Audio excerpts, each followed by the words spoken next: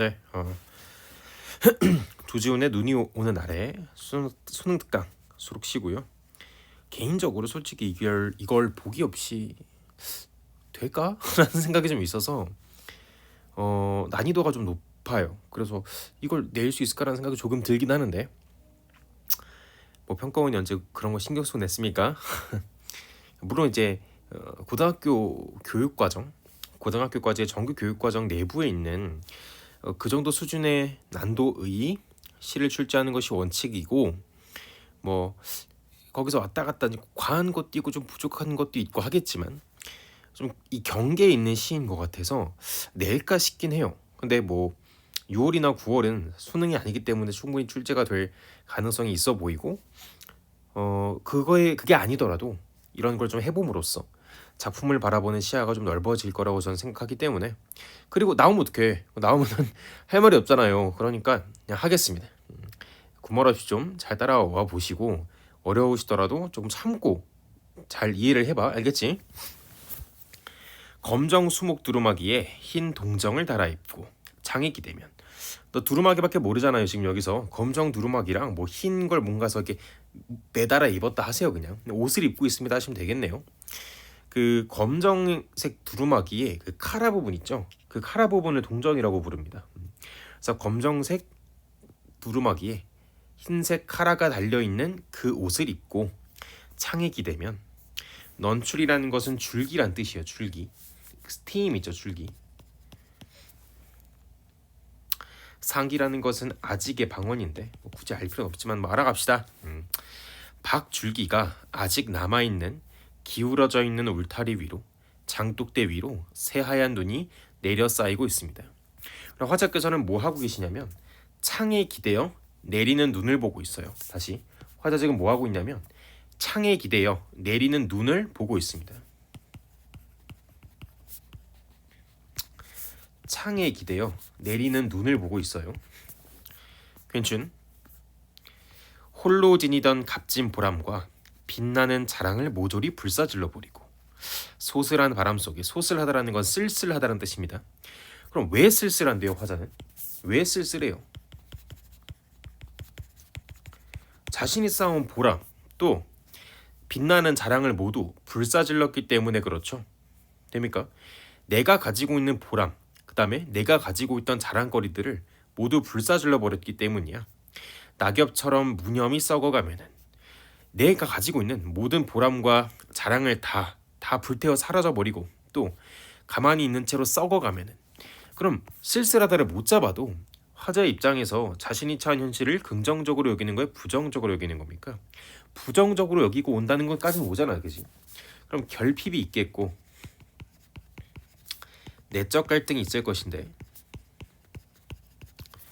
단순히 부정적에서 끝나기보다는 허망하다라고 구체적으로 제시를 해줬기 때문에, 화자가 느끼는 이 부정적인 인식은 자랑과 보람을 모두 불사질러 버린 허망에서 오는 감정이구나, 이렇게 읽어보시면 될 것 같아요.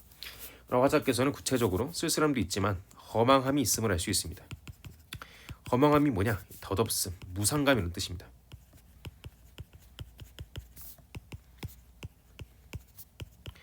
허무하다는 거죠. 지금까지 내가 쌓아온 모든 것들이 불사질러 사라진 거 보니까 허무한 겁니다. 그래서 아무것도 없죠. 나밖에 없잖아. 그래서 내 외로운 영혼이다 라고 표현을 하는 거지. 그럼 어때요? 여기부터 여기까지 전부 다 화자의 내면 세계를 집중한 표현 아닌가요? 그래서 우리는 이곳을 성찰이라고 볼 수 있을 것 같아요. 됨. 근데 그런 내 외로운 영혼 가까이 꽃다발처럼 하얀 눈발이 쌓여나입니다. 아니 어떻게 내 영혼의 눈이 쌓입니까? 실제로는 내 영혼의 눈에 쌓이는 게 아니지. 실제로는 내 영혼의 눈이 쌓이는 게 아니라니까요. 근데 왜 눈이 내 마음에 내린다라고 생각하고 있는 거야? 눈이라는 것이 화자와 심리적 거리가 뭘까요? 적을까요? 심리적 거리가 적을 겁니다. 심리적 거리가 가까울 거라고 돼요. 화자가 지금 쓸쓸함, 허망함, 덧없음, 무상감을 느끼고 있는데, 여기에 눈이 내린다는 것은 화자가 눈을 마음으로 받아들이고 있다는 걸 의미하는 거잖아. 그러면 화자의 입장에서 눈이라는 존재는 심리적 거리가 가까운 대상입니다. 그럼 이런 표현 어때요? 화자가 지금 결핍을 느끼고 있죠. 쓸쓸함을 느끼고 있죠. 허망함과 덧없음과 무상감을 느끼고 있죠. 그 상태에서 친근, 친밀, 친화적인 눈이 왔다는 것은 눈이 화자를 뭐 해주고 있다? 위로해주고 있다. 이렇게 읽어보시면 될 것 같아요. 쉽지 않아, 그지? 쉽지 않아요.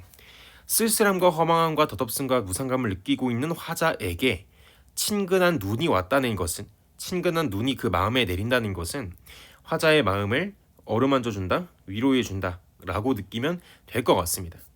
그럼 눈은 화자로 하여금 공감하게 한 거죠. 눈은 화자에게 공감하게 됩니다. 그럼 꽃다발이 뭐예요? 고생했다, 뭐 축하했다 그런 의미로 주는 거잖아요. 그럼 꽃다발처럼 눈이 내린다는 것은 나를 위로해 주는 것처럼 느껴진다 이런 뜻이겠지. 그러니까 어때요? 마음이 고요해지는 겁니다. 괜춘 뭐 보람 이런 거 다 무너지고 덧없음, 허무함 이런 감정이 가득했는데 마음이 고요해졌어요. 왜? 눈이 위로를 해줬기 때문에.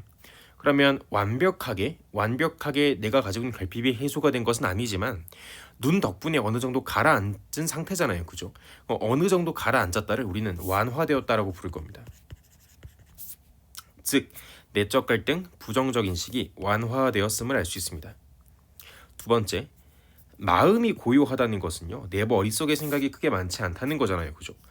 그래서 마음이 고요하다, 내면 세계가 고요하다 이런 걸 내적 고요라고 부를 겁니다.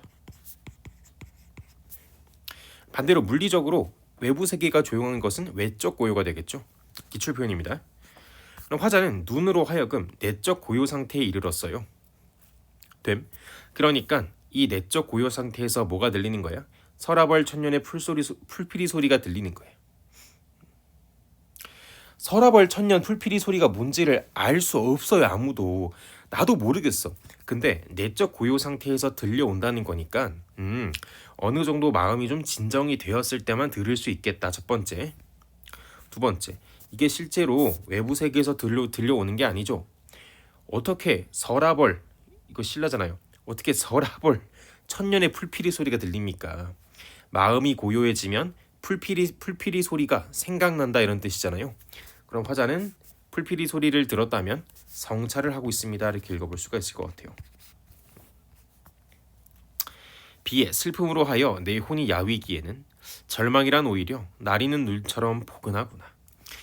눈의 위안을 좀 받았어요. 그래서 내 영혼이 야위기에는 이 절망이라는 것이, 내가 느끼는 이 보람, 자랑이 다 무너진 절망이라는 것이 눈 덕분에 엄청나게 크게 느껴지진 않는구나. 눈 덕분에 오히려 포근하게 느껴지는구나. 결국 뭡니까? 눈이 화자를 위로했기 때문에 할 수 있는 말들인 거죠. 그냥 창밖에 가만히 서서 내가 가지고 있는 허망감, 무상감을 떠올리고 있었는데 눈을 보니까 어느 정도 그것이 완화가 되었고, 그렇다 보니 내 영혼이 야위기에는 좀 아직 먼 것 같구나.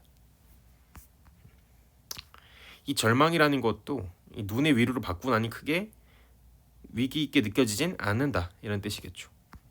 그래서 눈이라는 소재를 통해서 화자가 위안을 받고 있는 모습을 묘사하는 시가 되겠습니다. 근데 이게 이 눈 위로라는 게 잡아내기가 조금 어려울 것 같아서 나올까 싶긴 한데 혹시 모르죠. 모의고사든 또 나올 수 있으니까 한번 말씀을 드려봤습니다. 고생했고 우린 다음 강에서 봐요.